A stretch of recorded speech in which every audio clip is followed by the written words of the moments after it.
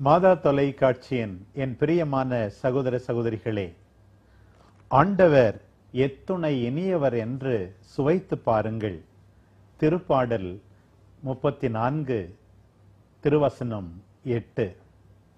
வாழ்வு தரும் இறை வார்த்தை இனிய ஆண்டவரை நாம் சுவைத்து பார்க்க பெரிதும் துணை செய்கின்றது. வாழ்வு தரும் இறை வார்த்தை என்ற இந்த நிகழ்ச்சி வழியாக மீண்டும் உங்கள் அனைவரையும் சந்திப்பதில் பெருமகிழ்ச்சி அடைகிறோம். உங்கள் அனைவருக்கும் எங்கள் நெஞ்சார்ந்த வணக்கம். இன்றைக்கு ஆண்டின் பொதுக்காலம் 24ஆம் ஞாயிற்றுக்கிழமைக்கான இறைவாக்கு பகுதிகளை பற்றி சிந்திக்க இருக்கின்றோம். இன்றைய முதல் வாசகம் எசாயா 50ஆம் அதிகாரத்திலிருந்து எடுக்கப்பட்டுள்ளது. 5 முதல் 9 வரையுள்ள திருவசனங்கள். அந்த பகுதியின் பின்னணியை சற்று சிந்திப்போம். ஏசாயா இறைவாக்கு புத்தகத்தின் 40ஆம் அதிகாரத்திலிருந்து 55ஆம் அதிகாரம் வரையுள்ள பகுதி 2ஆம் ஏசாயா என்று அழைக்கப்படுகிறது. இதிலே அழகான அற்புதமான பொருளாளமிக்க உணர்வு ததும்புகிற 4 ஆண்டவரின் ஊழியன் பற்றிய கவிதைகள் வருகிறது. இவை ஆண்டவரின் அடியானுக்கும் இறைவனுக்கும் இடையே உள்ள நெருக்கமான உறவையும் இறைவனின் பலப்படுத்தும் செய்தியும் வெளிப்படுத்துது. அதுல குறிப்பா இன்றைக்கு வருகின்ற முதல் வாசகம் இந்த ஆண்டவரின் ஊழியன் பற்றிய கவிதையின் 3வது பாடலாக அமைகிறது. ஆண்டுடைய ஊழியன் துன்பத்தின் வழியில் பாடுகளின் வழியில் என்ன செய்ய வேண்டும் என்பதை கற்றுத்தருகின்ற ஒரு பகுதியாக இது இருக்கின்றது. ஒரு ஆசிரியர் தன்னுடைய மாணவருக்கு கற்றுத்தருவது போல துன்பத்தின் வழியிலே பாடுகளின் வழியிலே ஆண்டுடைய ஊழியர் எப்படி இருக்க வேண்டும், எப்படி துன்பங்களை தாங்கிக் கொள்ள வேண்டும், ஏற்றுக்கொள்ள வேண்டும் என்பதை படிப்படியாக 3 நிலைகளில் இந்த இறைவார்த்தை பகுதியானது படம் பிடித்து காட்டுகின்றது. ஒன்று இந்த முதல் பகுதியில் 5ஆம் வசனத்துல அழகான ஒரு செய்தி சொல்றாரு. ஆண்டவராக என் தலைவர் என் செவியை திறந்துள்ளார், நான் கிளர்ந்திடவில்லை, விலகிச் செல்லவும் இல்லை. இதுக்கு 4ஆம் வசனத்தை பார்த்தோம்னாக்க இறைவன் ஒரு ஆசிரியராக தன்னை படம் பிடித்து காட்டுகிறார். இந்த இறைவனின் அடியார் இறைவாக்கினர் தன்னை ஒரு மாணவனாக, அதுல எப்படிப்பட்ட மாணவனாக இருக்கிறார்? கிளர்ந்தெழாத, கீழ்ப்படிதல் உள்ள, கற்றுக்கொள்ள வேண்டும் என்ற ஆர்வமுள்ள ஒரு மாணவனாக தன்னை அடையாளம் பட்டுக்கிறார். அப்ப ஆண்டவர் கற்பிப்பவராக இவர் கற்றுக்கொள்கிறார்கள். 2வது லாங்குவேஜ் 2வது பகுதியில் பார்த்தோம்னாக்க எவன் எனக்கு எதிராக குற்றம் சாட்ட முடியும், நான் குற்றமற்றவன் என்ற அறிவிக்கை ஆண்டவருக்கு துணையாக இருக்கிறார், வாருங்கள் வழக்காடுவோம். அப்ப பார்த்தோம்னாக்க கோர்ட் லாங்குவேஜ், வழக்காடு மன்றத்தினுடைய வார்த்தைகள். இந்த 2லையும் ஆண்டவர் எப்படி துணையா இருக்கிறாரு என்பதை அழகா இந்த இறைவாக்கில் படம் பிடிக்கிறார். இந்த பகுதியில 3 காரியங்கள் நம்மை சிந்திக்க வைக்கின்றன. ஒரு பக்கம் பார்த்தால் அநியாயமாக அந்த ஊழியன் துன்புறுவது, 2வது இருந்தாலும் ஆண்டவருடைய விருப்பத்தை நிறைவேற்றுவதில் அவருக்கு இருக்கிற மனம் தளராமை 2வது, 3வது அவருக்கு ஒரு உறுதி இருக்கிறது, நிச்சயம் கடவுள் அவரை காப்பாற்றுவார் என்பது. நம்பிக்கை வாழ்விலும் இதுதான் நடக்கிறது. எத்தனையோ நல்லோருடைய வாழ்க்கையில அநியாயமாக துன்புறுதல் இருக்கிறது. ஆனால் அவர்கள் எல்லாரும் மனம் தளராமல் இந்த ஊழியனை போல இருக்க அழைக்கப்படுகிறார்கள். நிச்சயமாக கடவுள் அவர்கள் சார்பாக இருப்பார். பெற்றோர் தன் பிள்ளைகளுக்கு சொல்வது போல, அல்லது ஒரு தலைவன் என்று சொல்கின்றவன் அவன் எல்லா பலன்களையும் கொண்டவன். தன் ஊழியனுக்கு சொல்வது போல, நீங்க இதுக்கு முன்னாடி இந்த வாசகத்தினுடைய தொடக்கத்தில் ஒரு ஆசிரியன் தன் மாணவனுக்கு சொல்வது போல, இப்போ ஒவ்வொரு நிலையிலும் எல்லா நிலைகளிலும் பார்க்கின்ற பொழுது கடவுள் நமக்கு துணை நிற்கிறார், துணையாக இருக்கிறார் என்ற செய்தி ரொம்ப அழுத்தமாக இந்த பகுதியில் சொல்லப்படுது. கடவுளை நம்புறவங்க ஒருபோதும் அவமானத்தை சந்திக்க மாட்டாங்க. ஒருவேளை துன்பத்தை அவங்க சந்திச்சாலும் அது ஒரு தற்காலிகமான ஒரு நிலையே அன்றி ஒரு நித்தியமான ஒரு நிலை கிடையாது. அது ரொம்ப அழகான ஒரு செய்தி. ஆண்டவரின் அடியானுக்கு இருக்கக்கூடிய ஒரு நல்ல மனப்பக்குவம். அவிலா திரசம்மாள் நிறைய துன்பங்களை சந்திச்சாங்க, நிறைய சோதனைகளை சந்திச்சாங்க. தன்னுடைய சபையை சீர்திருத்தும் பணியில ஏகப்பட்ட போராட்டங்களை சந்தித்தார்கள், சவால்களை சந்தித்தாங்க. அவங்களுடைய மேசையின் மீது ஒரு அழகான ஒரு வாக்கியம் எழுதி வச்சிருப்பாங்களாம், this will pass away. This will pass away அப்படின்னு. இந்த சங்கடமான ஒரு சூழ்நிலை நிச்சயமா மறைஞ்சு போகும், அடுத்து ஒரு மகிழ்ச்சியின் நம்பிக்கையின் காலகட்டம் பிறக்கும் அப்படின்னு எழுதி வச்சுவாங்க. அதுதான் அழகான ஒரு கிறிஸ்துவ வாழ்வுடைய நம்பிக்கையின் வாழ்வு. நடக்க இருக்கிற, சந்திக்கிற, துவண்டு போக வைக்கிற இந்த நிகழ்வுகள் எதுவுமே, சோதனைகள் எதுவுமே, துன்பங்கள் எதுவுமே தற்காலிகமானது. எதனால? ஆண்டவனுக்கு துணையாய் இருப்பதனால். ஆண்டவரின் துணையினால் மேற்கொள்வேன், எழுவேன், வெற்றி பெறுவேன், என் எதிரிகளை தோற்கடிப்பேன். அந்த ஒரு மனப்பக்குவம் நமக்குள்ளாக இருந்தால் ஆண்டவரின் அடியாராக வாழ்நாள் முழுவதும் வாழ்வதற்கு நமக்குள்ளாக ஒரு வலிமை பிறக்கும். ஒவ்வொருவரையுமே இறைவன் ஆயத்தம் செய்கின்றார், தயாரிக்கின்றார். துன்பங்களை எதிர்கொள்ளவும் தாங்கிக் கொள்ளவும் முதலிலே ஆயத்தம் செய்வதற்காக இறைவார்த்தை கொடுக்கப்படுகின்றது. அதன் பிற்பாடு துன்பங்களை அனுபவிப்பதற்கான வாய்ப்பு கொடுக்கப்படுகின்றது. இறுதி கட்டமாக நாம் பார்க்கிறோம், இறுதியிலே உறுதிப்படுத்துவதற்காக துன்பங்கள் அனுபவித்தாலும் கூட நீ குற்றவாளி அல்ல, துன்பங்களை தாங்கி நீ மீட்பை தரப்போகின்றாய், விடுதலையை தரப்போகின்றாய், ஆசீர்வாதமாக இருக்க போகின்றாய், அதற்கு நான் பக்கபலமாக இருப்பேன் என்பதையும் இந்த இறை வார்த்தையானது உறுதி செய்வதை இங்கு நாம் பார்க்கிறோம். கடவுளுடைய துணையை நாம் நாடி நிற்கின்ற பொழுது அவர் இது பார்த்துக்குவார், நம்ம செய்யறதை செய்வோம் என்று பார்க்கின்ற அந்த மாதிரியான ஒரு விசுவாச வாழ்க்கையில நாம் அடியெடுத்து வைக்கின்ற பொழுது நிச்சயமாக அது கடவுளின் திருவுள்ளப்படி என்ன நடக்கணுமோ அதுதான் நடக்கும். மாதா தொலைக்காட்சியினுடைய வரலாறும் அப்படித்தான். இந்த divine plan of salvation, economy of salvation, கடவுளுடைய மீட்பு திட்டத்துல துன்பத்தை நம்ம துன்பத்தினுடைய மதிப்பீடுகளை நம்ம குறைத்து மதிப்பிடக்கூடாது. துன்பங்களுக்கு ஒரு வலிமை இருக்குது, வல்லமை இருக்குது. அது ரொம்ப முக்கியமான ஒன்று. அரைக்க தான் சந்தனம் மணக்குது. அதே போல நெருப்புனால் சுடப்படாதான் தங்கம் ஜொலிக்குது. இந்த இதுதான் நம்முடைய சுண்ட காய்ச்சப்பட்ட பால் தான் இனிக்குது. அதே போல ஆண்டவரின் அடியானாக இருந்து எந்த ஒரு முயற்சியை நம்ம மேற்கொண்டாலும் அது நற்செய்தி அறிவு பணியாக இருக்கட்டும், சாட்சிய வாழ்கின்ற வாழ்வு நிலையாக இருக்கட்டும், எதுவாக இருந்தாலும் துன்பங்கள் வருகின்ற பொழுது அந்த துன்பங்களை எதிர்த்து நின்று போராடி கொண்டிருக்கலாமல் கையில் ஆவி ஒப்படுகிறேன், வழிநடத்தும் ஆண்டவரே என்று நம்மை ஒப்புவித்து ஆண்டுடைய திருவுளத்தை கண்டுகொண்டு நடக்கின்ற பொழுது பல அதிசயங்கள் நடைபெறுகிறது. துன்பத்தின் வழியாக நாம் பலப்படுத்தப்படுகின்றோம், துன்பத்தின் வழியாக அருள் வாழ்வில் நாம் உறுதிப்படுத்தப்படுகின்றோம், துன்பத்தின் வழியாக அடுத்தவர்களுக்கு நாம் அருளை பெற்று தருகின்றோம், துன்பத்தின் வழியாக அடுத்தவர்களுக்கு நாம் சுகத்தையும் ஏன் மீட்பையும் கூட பெற்று தருகின்றோம். அதை நாம் ஏற்றுக்கொள்ளுகின்ற பொழுது, அனுபவிக்கின்ற பொழுது இன்னும் நாம் ஆண்டவருக்குள்ளாக வளர்வோம். இதுதான் விசுவாச வாழ்வு. பிரியமானவர்களே, இன்றைய நற்செய்தி பகுதி மார்க்க நற்செய்தியிலிருந்து எடுக்கப்பட்டுள்ளது. துன்புறும் ஊழியன் உண்மையாகவே ஆண்டவர் இயேசு கிறிஸ்து தான் என்பதை நாம் அதிகமாக இந்த பகுதியை வாசித்த பிறகு புரிந்து கொள்கிறோம். மார்க்க நற்செய்தி 8ஆம் அதிகாரத்திலிருந்து இன்றைய நற்செய்தி பகுதி 27 முதல் 35 வரையுள்ள திருவசனங்கள். ஆண்டவர் தாம் எப்படிப்பட்டவர், எப்படி மக்களால் புரிந்து கொள்ளப்படுகிறார் என்பதை கேட்டு தெரிந்து கொண்டு தன் நிலையை விளக்குவதை இந்த பகுதி சித்தரித்து காட்டுகிறது. அந்த பகுதியை பற்றி சிந்திப்போம். செசரியா பிலிப்பு நகர் பகுதி வந்த பொழுது அப்படின்னு சொல்லுது. இந்த செசரியா பிலிப்பு நகர் பகுதி சற்று இஸ்ராயல் நாட்டினுடைய ஓரத்தின் விளிம்பு நிலை பகுதி. அதுல பெரிய ஏரோது கிரேட் அரசனாக இத்துரேயானுடைய பகுதியுடைய அரசனா என்ற பொழுது சீசர் அரசரை மகிமைப்படுத்துவதற்காக அந்த இடத்துல பனியாஸ் அப்படின்ற ஒரு நகரத்துல ஒரு கோயில் கட்டுறாரு. இந்த செசரியா பிலிப் பகுதியில கோயில் கட்டுறாரு. அந்த இடத்துல பான் அப்படின்ற ஒரு கடவுளுக்கு ஒரு கோயில் முற்றம் இருக்குது.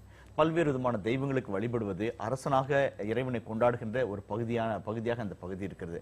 ஏரோதனுடைய சகோதரன் பிலிப்பு அந்த பகுதியை அரசாளக்கூடிய ஒரு வாய்ப்பு கிடைத்த பொழுது தனது பெயரையும் சீசர் அகஸ்டினுடைய பெயரையும் இணைத்து செசரியா பிலிப்பி என்று பெயரிட்டு அந்த நகரத்தை வச்சாரு. இப்படிப்பட்ட ஒரு புறையினத்தாரின் பகுதியும் கடவுள்களுக்கு பெயர் போன ஒரு இடத்திலும் இயேசு நடந்து போகின்ற பொழுதுதான் தன்னை யார் என்று மக்கள் நினைக்கிறார்கள் என்ற ஒரு கேள்வியை அழகா வைக்கிறார். புறையினத்தாரின் பகுதி, அரசனுடைய மேட்டிமையான ஒரு தன்மை, கடவுளுடைய வல்லமை அங்க பார்க்கிற இடத்துல கடவுள் தன்னை தான் யாரு அப்படின்னு ஒரு கேள்வி வைக்கிறார். செசரியா பிலிப்பு பட்டணம் ஒரு சமயத்தை மையப்படுத்துகின்ற ஒரு இடம். ஏறக்குறைய நிறைய கோயில்கள் இருக்கின்ற ஒரு இடமாக இருக்கின்றது. அந்த சூழல்ல ஆண்டவர் இயேசு கிறிஸ்துனுடைய இந்த கேள்வியானது ஆண்டவர் இயேசு கிறிஸ்துவின் பணிவாழ்வினுடைய உள்ளாழத்தை வெளிப்படுத்துகின்ற ஒரு பகுதியாக இருக்கின்றது. 3 முக்கிய நிகழ்வுகள் இங்கே குறிப்பிடப்படுகின்றன. ஒன்று, பேதுரு இயேசுவை மெசியாவாக அடையாளம் கண்டு கொண்டு அறிக்கை செய்கின்றார். மிக சந்தோஷமான காரியம், மகிழ்ச்சிக்குரிய காரியம். இரண்டாவது, அது நடந்து முடிந்த பிற்பாடு ஆண்டவர் அதை பற்றியெல்லாம் பெரிதுபடுத்தவில்லை. உடனடியாக பாடுகள் பட வேண்டும், மரிக்க வேண்டும் என்கின்ற சீடத்துவ வாழ்வினுடைய சவால் நிறைந்த நிலையை சுட்டி காட்டுகின்றார். மூன்றாவதாக இது சீடர்களுக்கு மட்டுமல்ல, யார் யாரெல்லாம் என்னுடைய குரலை கேட்கின்றார்களோ அவர்கள் ஒவ்வொருவருக்கும் இதுதான் வழிமுறை, இதன் வழியாக தான் என்னுடைய சீடர்களாக வாழ முடியும் என்பதை ஆண்டவர் அழகாக பதிவு செய்வதை இந்த பகுதி சுட்டிக்காட்டுகின்றது. இதுல ஒரு சின்ன அழகான ஒரு சொற்றொடர் இருக்குது. மார்க்கினுடைய மதிநுட்பமான ஒரு வர்ணனை. அவர் வழியில் போய்கின்றது பொழுது சீடர்களை பார்த்து அப்படின்றாரு. அந்த வழியில போறது எருசலேம் நோக்கி போயிட்டு இருக்கிறாரு. அந்த way to Jerusalem is nothing but way to good authentic discipleship. எருசலேம் நோக்கி அவர் போயிட்டு இருக்கிறாரு. அதே போல சீடர்களை உண்மையான சீடத்துவத்தை நோக்கி வழிநடத்திட்டு போறான்றதையும் மார்க் சூச்சகமா சொல்றாரு. அதைத்தான் பின்னணியில் வருகின்ற அந்த கேள்வி வெளிப்படுத்துது. மக்கள் என்னைய யாருன்னு நினைக்கிறாங்க அப்படின்னு ஒரு அழகான, பொதுவா மனித இயல்புல பாத்தீங்கன்னா, நம்ம ஏதாவது ஒரு காரியம் செய்யறோம். செமினர்ல நீங்க ஒரு காரியம் நடத்துறீங்கன்னா ரெக்டர் என்னப்பா சொல்றாரு அப்படின்னு செமினரியன்ஸ் கேட்கற மாதிரி நாங்க மக்கள் மாதா டிவியை பத்தி என்ன பேசிக்கிறாங்க. இது மனித இயல்பு. அதே மாதிரி அவரும் ஒரு நார்மலா ஒரு ஹியூமன் பீயிங்கா கேட்கிறாரு. பட் அவங்க சொல்லக்கூடிய பதில்களை பார்க்கும்போது, நீங்க திருமுழுக்கு யோவான்னு நினைக்கிறாங்க, நீங்க எலியான்னு நினைக்கிறாங்க, இல்ல இறைவாக்கினர்கள் ஒருவர் நினைக்கிறாங்க. இந்த மாதிரி சொல்லும் போது அந்த ஒவ்வொருடைய கேரக்டரிஸ்டிக்ஸ் இங்க வெளிப்படுறத பாக்குறோம். இப்போ பாத்தீங்கன்னா திருமுழுக்கு யோவான்னா அவர் முதல்ல அறிமுகப்படுத்துறாரு. ரொம்ப பிரபலியமான ஒரு மனிதர் அங்க இருக்கிறாரு. ஆண்டவரால தேர்ந்து கொள்ளப்பட்டவராகவும் இருக்கிறார் திருமுழுக்கு யோவான். அதே மாதிரி பழைய ஏற்பாடுல எலியா பாத்தீங்கன்னா அவரும் ஒரு பெரிய இறைவாக்கினர், ரொம்ப பெரிய இறைவாக்கினர். அப்பம்பழுக செய்யறாரு, உயிர் கொடுக்கிறாரு, ஆண்டவர் பற்றிய விஷயங்கள் மக்களுக்கு நேரடியா. அப்போ இந்த மாதிரி குணாதிசயங்கள்லாம் ஆண்டவர் இயேசுகிட்ட இருக்கிறத அவங்க பாக்குறாங்க. இந்த முதல் கேள்வி இரண்டாவது கேள்விக்கான தயாரிப்பு. மக்கள் எது வேணாலும் சொல்றாங்க. சில சமயத்துல யாருமே அவங்கள கமிட் பண்ணிக்க விரும்பாம என்ன சொல்றாங்கன்னா, அவங்க இப்படி பேசுறாங்க, இவங்க பேசுறாங்க, தான் நினைக்கிறதே மத்தவங்க சொல்றாங்கன்னு சொல்ற வழக்கம். நீங்க பாத்தீங்கன்னா ஊர்ல சொல்லிக்கிறாங்க. நீ சொல்றதுதான் அதுதான். அதற்குதான் மற்றவர்கள் என்ன சொல்லுகிறார்களோ என்னவோ நீ என்ன சொல்லுகிறாய், நீங்கள் என்ன சொல்லுகிறீர்கள். அந்த 12 பெயரால் இங்கே பேதுரு அறிவிப்பது ஆண்டவருக்கு உண்மையாகவே ஆறுதல் அளிப்பதாக இருந்தது. தான் நிச்சயமாக தோற்று போய்விடவில்லை. இந்த பணி வாழ்விலே ஓரளவு சீடர்கள் புரிந்து கொண்டார்கள். ஆண்டவர் ஒரு விதத்திலே மகிழ்ச்சி அடைந்தார் என்று நாம் சொல்ல வேண்டும். அந்த மெஸ்ஸியான்ற வார்த்தைக்கு ஒரு மூலச்சொல், ஒரு விளக்கம் பார்த்தா நல்லா இருக்கும். மெஸ்ஸியா என்று தமிழில் சொல்லப்படுகிற அந்த சொல்லுக்கு மூலச்சொல் முஷியாஹ் என்கின்ற எபிரேய சொல். அதுக்கு என்னன்னாக்க அபிஷேகம் செய்யப்பட்டவர், ஆண்டவரால் தேர்ந்து கொள்ளப்பட்டு மீட்பை தரக்கூடிய, மீட்பளிக்கும் ஆண்டவருடைய நம்பிக்கையினுடைய நங்குரமாய் கொடுக்கப்பட்டவர். அதுதான் நம்ம கிறிஸ்து என்று சொல்கிறோம். கிரேக்க சொல் கிறிஸ்தோஸ் என்று சொல்லப்படுகிறது. எதுவாக இருந்தாலும் விடுதலை தருகிறவராக, மீட்பை தருகிறவராக, ஆண்டவரால் அபிஷேகம் செய்யப்பட்டவராக, இந்த பழைய ஏற்பாட்டினுடைய ஒட்டுமொத்த வாக்குறுதியினுடைய ஒட்டுமொத்த உருவமாக இயேசுவை பேதுரு பிரதிபலிக்கிறார் என்றுதான் சொல்லணும். ஆனால் இயேசு ஒரு அட்வர்டைஸ்மெண்ட் டெக்னிக்கே தெரியாத மாதிரி இந்த நேரத்துல பார்த்து தான் துன்புற வேண்டும், பாடுகள் பட வேண்டும் அப்படின்னு சொல்லிட்டு பேதுரு சொன்னாரு, நீர் மெஸ்ஸியா என்று சொன்னார். ஆண்டவர் மகிழ்ச்சி அடைந்தார். ஆனா அது உள்ளத்தின் வார்த்தையா, அறிவின் வார்த்தையா என்ற ஒரு கேள்வி வருகிறது. அப்பதான் இயேசு தன்னை யார் என்று அடையாளப்படுத்துகிறார். நீங்கள் காண்கின்ற, நீங்கள் சொல்லுகிற இறைவாக்கினரான மெஸ்ஸியாவோ அல்லது அரச மெஸ்ஸியாவோ அல்லது குருத்துவ மெஸ்ஸியாவோ, ப்ராஃபட்டிக், கிங்லி, பிரிஸ்லி மெஸ்ஸியாவோ அல்ல, நான் ஒரு துன்புறும் மெஸ்ஸியா, சஃபரிங் மெஸ்ஸையா, குருசிஃபைடு மெஸ்ஸையா என்று தன்னை வெளிப்படுத்துகிறார். அது ஒரு ஷாக்கு. அந்த சால்வேஷன் ஹிஸ்டரியை, மீட்பு திட்டத்தை ஒரு புரட்டி போடுகிற ஒரு செய்தி. இப்படிப்பட்ட ஒரு எண்ணம் எந்த ஒரு யூதர்களுக்கும் மெஸ்ஸியாவை பற்றிய ஒரு எண்ணம் வந்திருக்காது. அது தாங்கிக் கொள்ள முடியவில்லை. துன்புறும் ஊழியனாக, முதல் வாசல் நம்ம பார்த்தோம் இல்லைங்களா, தாடியை பீக்கிறவர்களே, என் கண்ணங்களை காட்டினேன், என் முகத்தை கருங்கொள்பால் வைத்துக் கொண்டேன், அவமானம் அடைய மாட்டேன், ஆண்டவர் எனக்கு துணை நிற்கிறார் என்று சொல்கிற ஆண்டவரின் அடியாராகிய துன்புறும் ஊழியனாக இயேசு தன்னை அடையாளம் காட்டுகிறார். அதை சீடர்களால் ஏற்றுக்கொள்ள முடியவில்லை. அது ஒரு முரண்பாடு. இதுதான் ஒரு அருமையான ஒரு மார்க் எழுதிய நற்செய்தியுடைய மைய பகுதி. இதுக்கப்புறம் அந்த காஸ்பல் ஒரு டர்ன் அடிக்கும், அது கல்வாரி மலையில போய் நிற்கும். சாத்தானால் சோதிக்கப்பட்ட போது இப்படி துன்பம் இல்லாமல் ஒரு மெஸ்ஸியாவாக இருக்க வேண்டும் என்று சாத்தான் சோதித்தது. ஆண்டவர் அதை போப்பினாலே சாத்தானே என்று சொன்னார்.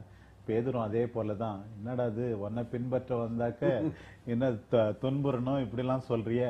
உயிர்த்தெழுதலை பற்றி சொன்னார், அது கேட்டுச்சா கேட்கலையா தெரியல. உடனே ஆண்டவர் அதெல்லாம் வேணான்னு ரொம்ப ரகசியமா சொல்றாரா பேதுரு. ரகசியமா போய் நம்ம புத்திமதி சொல்ல போய் இங்க பார்த்தா எல்லாரும் முன்னாடி அவமானப்படுத்துற மாதிரி போப்பினாலே சாத்தானே. நம்முடைய எண்ணங்களோ திட்டங்களோ இறை திட்டத்திற்கு ஏற்றதாக இல்லை என்றால் அதே வார்த்தைகள் தான் நமக்கு உண்டு. புது ட்ரெண்ட் ஒன்று உருவாக்கிட்டு இருக்குது. அதாவது ஆண்டவர் தான்ப்பா பாடுகள்லாம் பட்டுட்டார்ல, உனக்கு தான் மீட்பை கொடுத்துட்டாரு, நீ ஏன் இன்னும் அழுது புலம்பிக்கிட்டு இருக்கிற, நீ ஏன் இன்னும் வந்து அந்த மாதிரியான விளக்கங்கள். என்னை பின் செல்ல விரும்புகிறவன் தன்னை மறுத்து தன் சிலுவை சுமந்து கொண்டு நாள்தோறும் என்னை பின்தொற்று. நாங்க வந்து மெடிக்கல் லீவு கிடையாது, ஏர்ன் லீவு கிடையாது, கேஷுவல் லீவு கிடையாது, எந்த லீவு கிடையாது, நாள்தோறும். சீடத்துவத்தை பற்றி ஒரு அழகான போதனை பயிற்சி பாசறைன்னு நான் சொன்னேன். அந்த வகையில் பார்க்கின்ற பொழுது பேதுரு வந்து நீர் மெஸ்ஸியா என்று அறிக்கையிட்டார். ஆனா 2 தப்பா அவர் பண்றார். ஒன்று வந்து இயேசுவுக்கும் இறை திட்டத்துக்கும் குறுக்கில் நிற்கிறார். பேராசிரியர் எஸ்ஜி அந்தோனிசாமி அடிகளார், சென்னை உயர் மேரோடத்தை சேர்ந்தவர், எங்களுடைய விவிலிய பேராசிரியர். அவர் சொல்லும் பொழுது சொல்றார், சாத்தான்றது என்ன அப்படின்னு கேட்கறதுக்கு ஒரு சின்ன விளக்கம் சொல்றார். சாத்தான்றது எது என்னன்னாக்க, அது ஆளோ பொருளோ அப்படின்னு நினைக்காம உங்களுக்கும் இறை திட்டத்துக்கும் எதெல்லாம் குறுக்க வருதோ அதெல்லாம் தீயது, இறைவனுக்கு ஏற்றது அல்ல அப்படின்னார். அப்போ வந்து பேதுரு வந்து ஒரு நல்ல மனசோட இயேசுக்கு ஆகக்கூடாதுன்னு சொல்லிட்டு இயேசுவுக்கும் இறை திட்டத்துக்கும் நடுவில் வரார். அதனாலதான் வந்து இயேசு வந்து போப்பினார் சாத்தாலே என்று சொன்னார். அது தனி நபரை குறித்த ஒரு விமர்சனம் அல்ல, எண்ணத்தை பற்றிய ஒரு விமர்சனம். அது வந்து சீடத்துவ வாழ்க்கைக்கு முதல் பாடம். 2வது பாடம் தந்தையர்கள் அழகா சொன்னது போல நம்முடைய எண்ணமும் இறைவனுடைய எண்ணமும் ஒன்றி போக வேண்டும். அதுதான் சீடத்துவத்தினுடைய உன்னதமான ஒரு நிலைமை. எனக்கென்று ஒண்ணு இல்லை ஆண்டவரே, நீங்க என்ன நினைக்கிறீங்களோ அது திட்டம் என் வாழ்வு என்கிற ஒரு இதுதான் வந்து உண்மையான உயர்ந்த சீடத்துவ வாழ்க்கை. தன்னலம் துறக்க வேண்டும், ஒவ்வொரு நாளும் சிலுவையை சுமக்க வேண்டும், இப்படி சுமந்து மற்றவர்களுக்கு வாழ்வு கொடுக்க வேண்டும். வரலாற்றில் எத்தனை இளைஞர்கள், எத்தனை நம்பிக்கையாளர்கள் இத்தகைய வாழ்க்கையை மேற்கொண்டார்கள்.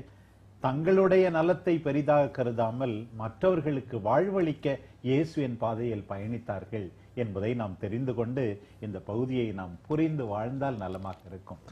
சீடத்துவத்தினுடைய செய்திகள் எல்லாம் சொல்லிக்கிட்டு இருந்த ஆண்டவர் ரொம்ப விளக்கமாக அந்த ஒரு அழகான ஒரு வரையறைய சீடத்துவம்னா யாரா இருக்குன்னு சொல்றதுக்கு சொல்றாரு.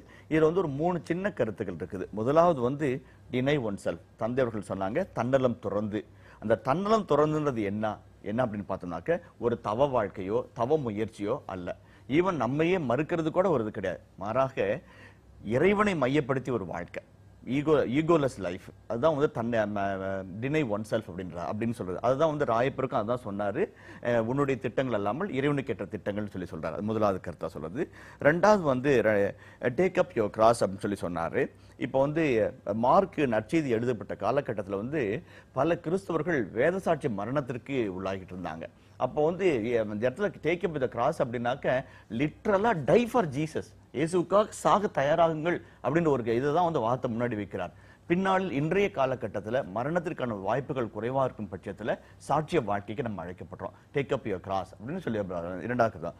3வது வந்து என்னை பின்தொடரட்டும் அப்படின்னு சொல்றதுல ஒரு அழகான ஒரு கருத்து இருக்குது.